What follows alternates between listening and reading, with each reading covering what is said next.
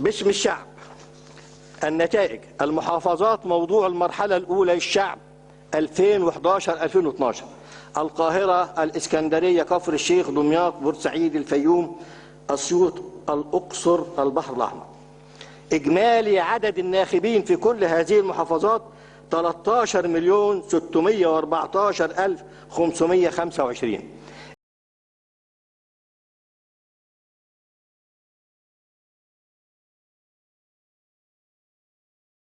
بيان بنتيجة الجولة الأولى من المرحلة الثانية للانتخابات مجلس الشعب 2011-2012. أصل إجمالي الناخبين 18,831,129 من قاعدة بيانات الناخبين.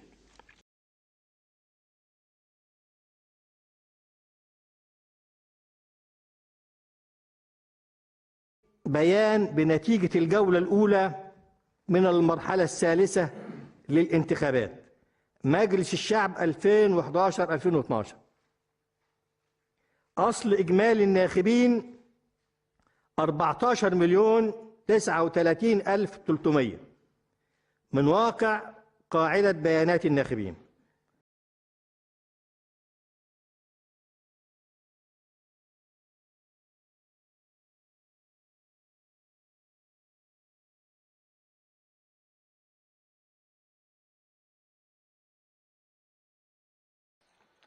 وقد ثبت للجنة بعد اعتمادها للنتائج التي أسفر عنها الاقتراع أن عدد الناخبين 50,996,746 ناخبا.